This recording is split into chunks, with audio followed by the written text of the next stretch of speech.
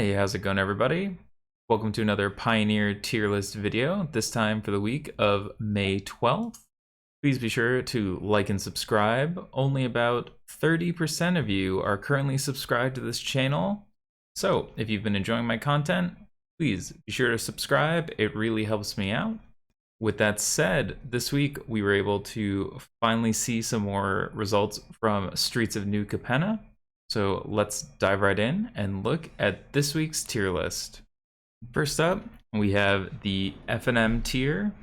These are the decks that very well could win your local F&M, but aren't going to be putting up many results in the atmosphere of Magic Online.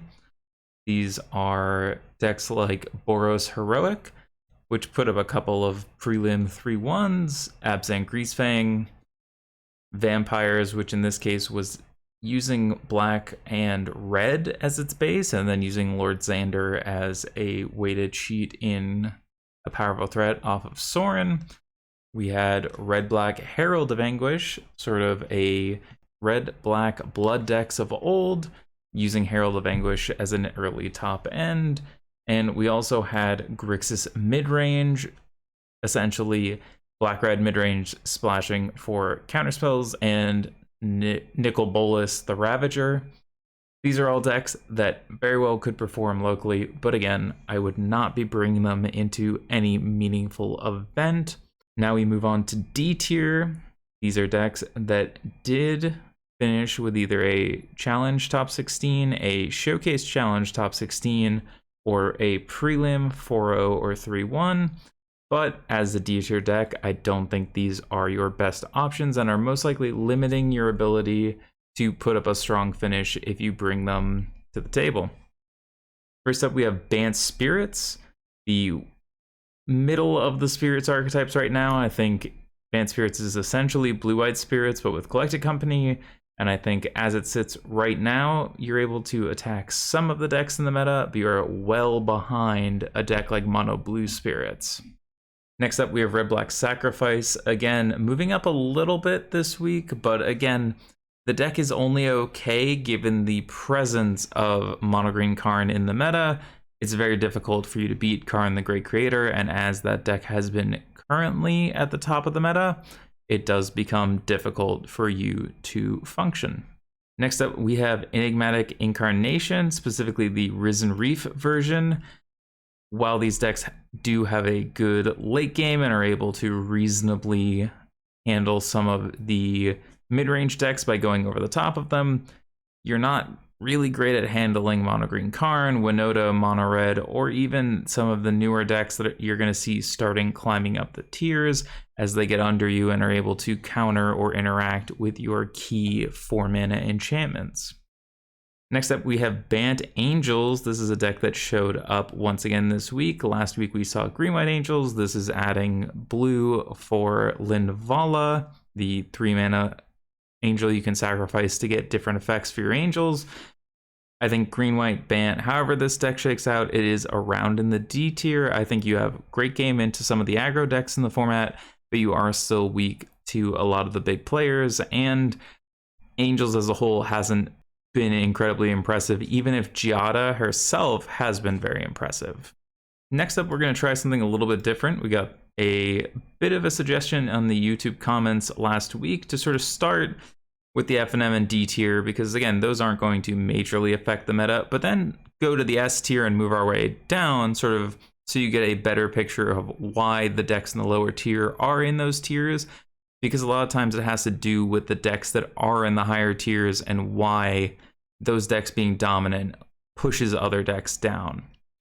So we're going to jump right to the S tier, only one deck this week, and that is Naya Winota, with 8 qualifying finishes, including coming second in both challenges this weekend. Winota is currently the de facto best deck in Pioneer. It has game against Mono Red. It does very well into Mono Green. Just as that basis alone, you're already covering a huge portion of the winner's metagame. Then you keep going down. The decks that it somewhat struggles in are all around the B tier, and the reason is that those decks struggle against the other heavy hitters in the meta. Decks that are able to beat Winota tend to struggle against mono green and mono red.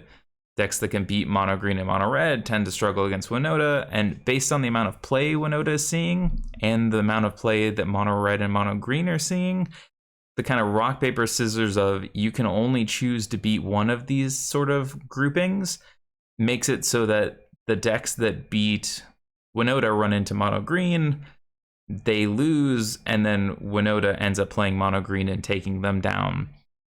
It's been a couple weeks now. We're starting to see Winota pick up steam, but hopefully in the next week or two, we'll start to see decks being able to attack Winota as mono green slowly loses some presence in the meta.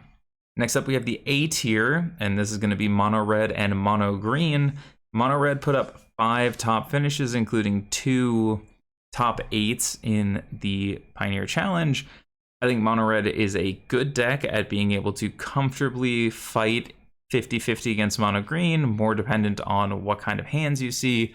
But a lot of the decks that are trying to attack mono green, things like blue-eye control, mono blue spirits, blue-red phoenix, I think you have game against. Other than blue-red of those, I think you're favored. But where you struggle is against Winota itself. They're able to reasonably contain your offense and then kill you with either Winota, Chariot, or Huntmaster, along with gaining incidental life, making it difficult to close out. And decks like red-black midrange and blue-red phoenix with Ledger Shredder popping up, making it difficult for you to realistically leverage your early aggression.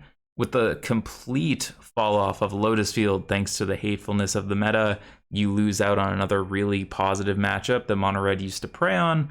So I think the deck is still incredibly strong, but you are starting to feel that pincer of decks that can beat mono red starting to find more footing. Next up, we have mono green, which again, with 4 top finishes, is the worst weekend mono green has had since we found the combo, thanks to Canister. In the last couple weeks, it had put up 8, 10 plus qualifying finishes. This week, only 4, 2 of which were in the prelims, 2 of which in the challenge and showcase challenge, while it put up a top 8 and a top 16. This is kind of a disappointment. I think even with a heavy target on its back, it's tough to see this deck keep up the same level of meta share and top finishes it has been in the last couple weeks. Again, seeing a rise of Winota, seeing a rise of mono red, seeing the decks that it wanted to sort of hate out, those mid-range decks sort of struggle to stay as relevant in the meta. I think we are starting to see a point where either things will try to target Winota, moving to a more mid-range setup, and then mono green Karn improves, or people continue to attack mono green and Winota just continues to sit on top of all these decks trying to target mono green or just beating mono green itself. Next up, we have the B tier. This is going to start with Is It Phoenix? Moving back up. This week, the addition of Ledger Shredder is a big get, especially at being able to handle mono red. I think Is It Phoenix has traditionally had a very good Winota matchup. You have Lightning Axe, you have Fire Impulse, you have Flame Blast Bolt. You're able to just sort of contain the battlefield, Aether Gust, or interact or braid with the important permanents, and then you have Chandra's Defeat, Redcap Melee, Rending Volley, Fry. Your options are kind of limitless, along with having the Delve spells and the ability to just win out of nowhere. I think the addition of Ledger Shredder really helps you turn the corner quicker, and I think Phoenix is primed to move back up the meta, potentially pushing mono red back down.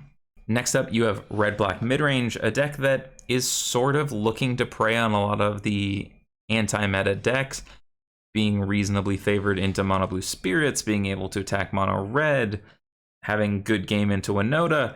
But again, you are absolutely in a rough spot. You need a lot to go right to beat mono green. So red-black midrange started to have some problems when mono green picked up, but it got a lot of points off of beating the decks trying to target mono green.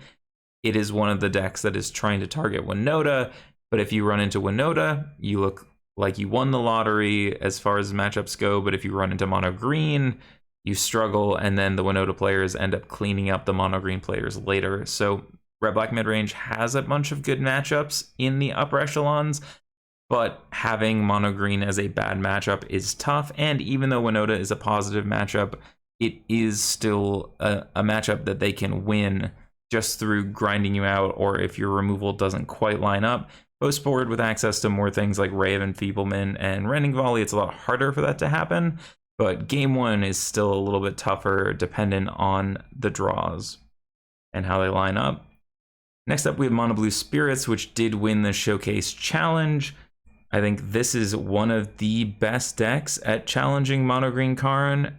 Where it struggles is against Winota and Mono Red, especially Mono Red. You also have some difficulty against Blue Red Phoenix, Red Black Midrange. The big problem with Mono Blue Spirits is that a lot of the decks you want to hate out, Blue Red Control, Blue White Control, the Greasefang decks, something like Niv to Light, Mono Green Karn, they are starting to be a smaller percentage of the meta than these decks like Winota, Mono Red, Red Black Midrange that can feasibly interact at your mana cost, and decks like Blue Red Phoenix with Ledger Shredder that can now block your early aggression and then kill your bigger creatures and your lords. I think Mono Blue Spirits is very well positioned, but I suspect in the next week or two it will start to fall down the tiers. Last up in B tier is Blue White Control. Again, another deck that has great game against Winota, has good game against Red Black Midrange, can attack Blue Red Phoenix, has good game against the Greasefang decks, has a lot of places where it has good game.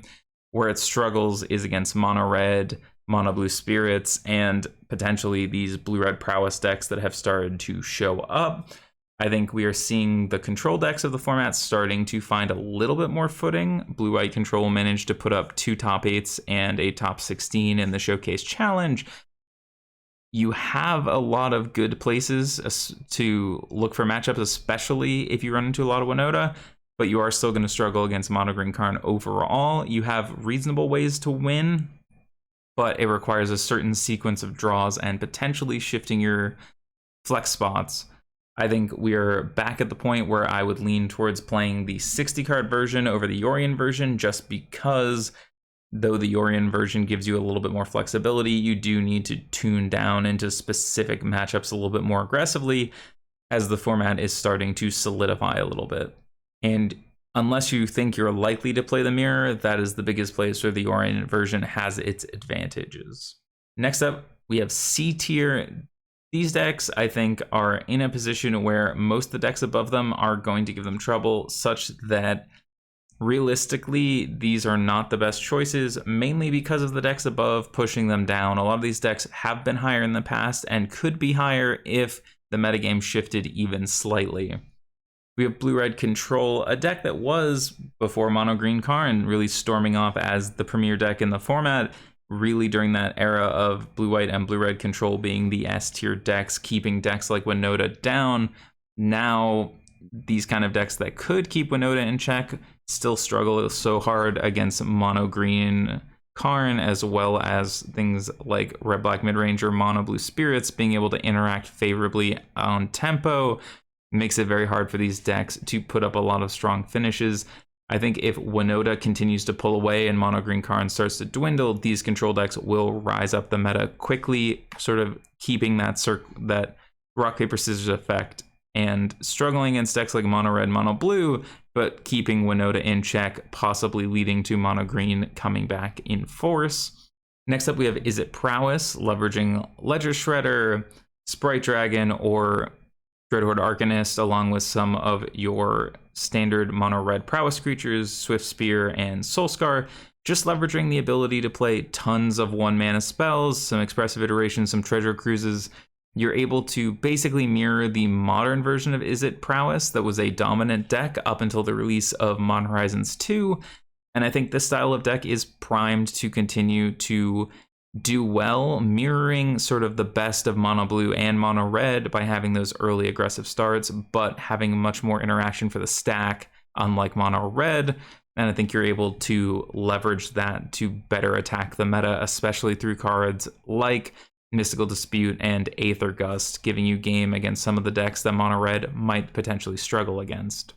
Next up, we have Esper Greasefang. All of the Greasefang decks sort of sit in this C to F and M tier. They have great ceilings, but their floor is pretty low, especially in a world where Winota can play a lot of ways to interact with your Greasefang or just come underneath you and kill you. Mono green isn't going to give you a ton of time before they put a Karn down, and then your main win condition is kind of negated. Mono red can fight through you pretty reasonably, especially if they can kill your Greasefang. And blue-white control, blue-red Phoenix, these decks can reasonably keep Greasefang in check or just get rid of the graveyard in the case of blue-white control. I think Esper is right now the best of the Greasefang decks, especially from picking up Ledger Shredder, but I still think the deck struggles against a lot of the higher part of the meta, and you just can't afford to be playing a deck like that right now. Last up, we have Niv-to-Light. This is a deck that when you look at the matchup spread, when you look at the decks above it, it continues to show up in the hands of exactly Claudio. Claudio won the challenge on Saturday. Claudio won the challenge on Saturday and top 8'd the showcase on Sunday. But when you look at the rest of the field playing Niv, it just doesn't even exist. It doesn't make any top 16s. It doesn't make any prelim finishes. I think the build is very good and has a lot of reasonable choices to be able to do well in the meta, but the absence of any finishes outside of one pilot does often mean that I'm going to lock it into at C tier at highest. We just need to see more results from people who aren't deck specialists. Again, it's the hero problem with mono blue. Seeing someone else win a challenge is a great step up, but not seeing a lot of results due to, again, the rise of Winota, Mono Red, Phoenix, and Red Black midrange knocks it down from A. Niv is in that same position. We need to see a couple more people other than just Claudio being able to find success in the meta for me to say this deck is above a C tier in the overall metagame. In Claudio's hands, different story, but for the rest of us, Niv is kind of capped out around C at the moment. So there you have it. Let me know in the comments down below what you thought about sort of moving to S tier and going down, being able to talk about the meta as a whole from the start without having to sort of hide what's in the tiers above. Let me know if you prefer the normal way we do it, just going bottom to top. Thanks so much. Hey there. Thanks for stopping by. I hope you've enjoyed this content on either Twitch or YouTube. If you did, please like or subscribe. If you didn't, be sure to leave a comment down below. I promise not to read it. Until next time.